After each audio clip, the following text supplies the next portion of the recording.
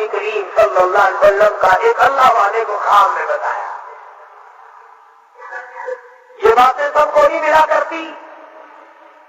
جن کو تم گستاخ کہتے ہو، جن کو بے ادب کہتے ہو، ان کا ایک بہت بڑا پیر، بہت بڑا درویش، بہت بڑا عالم شیخ العرب والعجم حضرت مولانا سید حسین احمد صاحب مدنی رحمۃ اللہ علیہ جب گنبد خضرا پہ حاضر ہوئے اور مدینے پاک میں پہنچے اور جا کر اشتیاق کے ساتھ اور روتے ہوئے دونوں گداز کے ساتھ جب السلام علیکم یا رسول اللہ کہا، مدینے کے لاکھوں آدمی گواہ ہے کہ آپ کے بازار سے آواز آئی وعلیکم السلام یا ولدی، اور میرے بیٹے وعلیکم السلام ہو.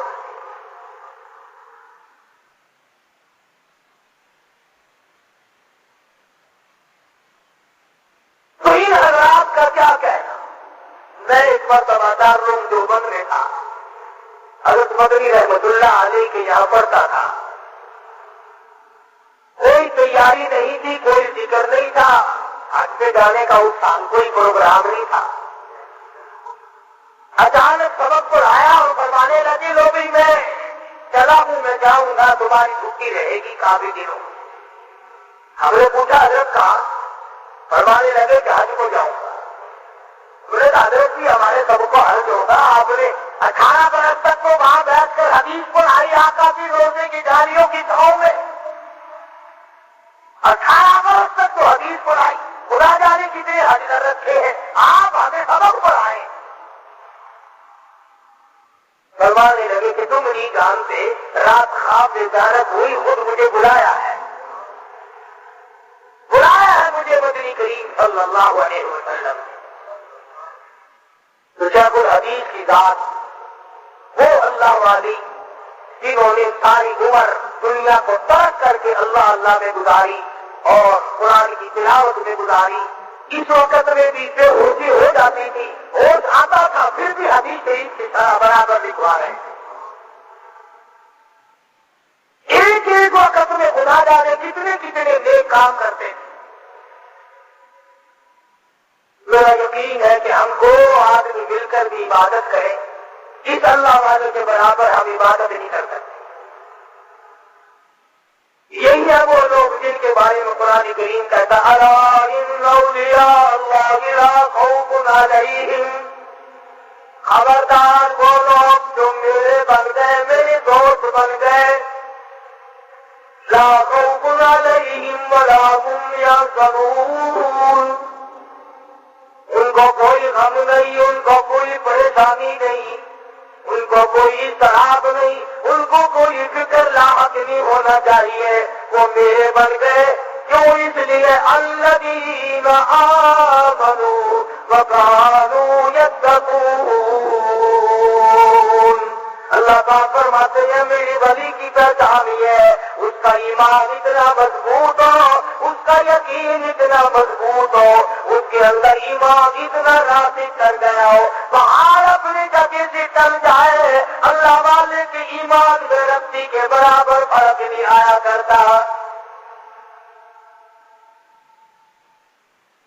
حکومتیں ٹکرائے، اسلحہ ٹکرا جائے، دنیا بھر کی طاقت ٹکرا جائے، اللہ والے پرواہ نہیں کیا کرتے. مولانا محمد زکریا رحمت اللہ علیہ وہ اللہ والے بزرگ تھے جنہوں نے ساری عمر بیٹھ کر قال قال رسول اللہ صلی اللہ علیہ وسلم حدیث شریف پڑھائی، اسی کو لکھوایا، اسی کی شرح کی، ریاض الجنہ میں بیٹھ کر عبادت کیا کرتے تھے.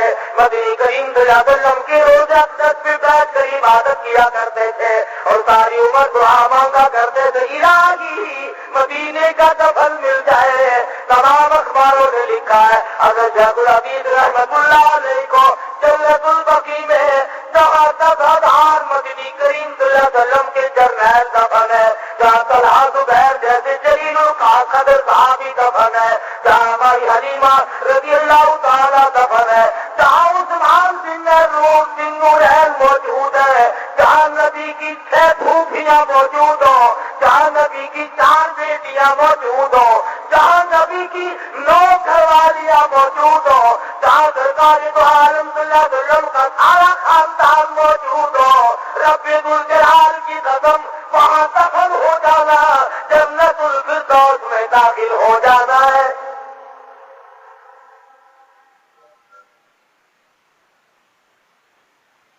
خود فرمایا مدنی کریم صلی اللہ تعالی علیہ وسلم نے یہ جنت کا ٹکڑا ہے جو جنت میں پہنچ گیا، خود یہیں سے حساب و کتاب کے بغیر پہنچ گیا۔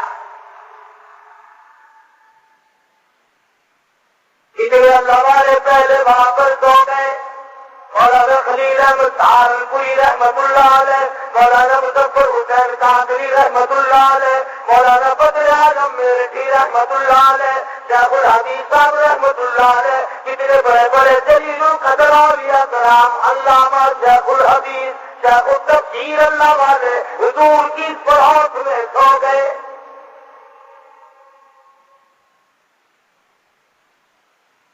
مقدر اپنا اپنا، بہرحال اس کی تمنا بھی تو کوئی چیز ہے۔ ہم میں سے کتنے لوگ ہیں کہ اس بات کی تمنا کرتے ہیں کہ ریاض الجنہ کی عبادت مل جائے اور جنت البقیع کا دفن مل جائے، اور کتنا مبارک ہے وہ آدمی جس کا جنازہ مدینے کی گلیوں سے گزر رہا ہو۔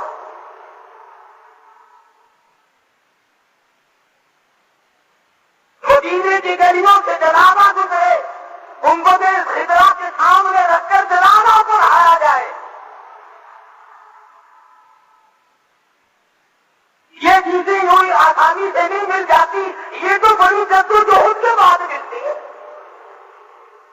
صحابہ کرام نے تمنائیں کی، آرزویں کی، حسرتیں کی، سارے اللہ والے اسی تمنا کو لیے دنیا میں پھرتے رہے، یہی آرزویں کی، اور جہاں تک ممکن ہو سکا اس پر عمل کر کے دکھلایا۔ بے شمار اللہ والے، امام مالک رحمت اللہ علیہ نے ایک مرتبہ حج کیا اپنی عمر میں، اس کے بعد مدینے سے نکل کر حج کو بھی نہیں آئے۔ ایسا نہ ہو راستے میں کہیں انتقال ہو جائے اور جنت البقیع کے دفن سے میں رہ جاؤں۔ امام مالک رحمت اللہ علیہ نے جتنی عمر مدینے پاک میں گزاری، 3 میل کے ایریے میں پیشاب کبھی نہیں کیا۔ مدینے پاک شہر میں جوتے پہن کر کبھی نہیں چلے۔ ساری عمر امام مالک نے احترام میں گزارنی۔ اتنا ادب اٹھائی حضرات میں، امام مالک رحمت اللہ علیہ حدیث شریف پڑھانے کے لیے بیٹھے، چمڑے کے موزے پہن کر آئے ہوں گے، موزے کے اندر بچھو بڑھ گیا، بچھو داخل ہو گیا بدھواں، پہاڑی علاقے کا بچھو امام مالک کو ٹک مارتا ہے پیر میں۔ سارے شاگرد دیکھنے والے سمجھ رہے ہیں کہ حضرت کو کوئی تکلیف ہو رہی ہے، سارا رنگ پیلا پڑ جاتا ہے۔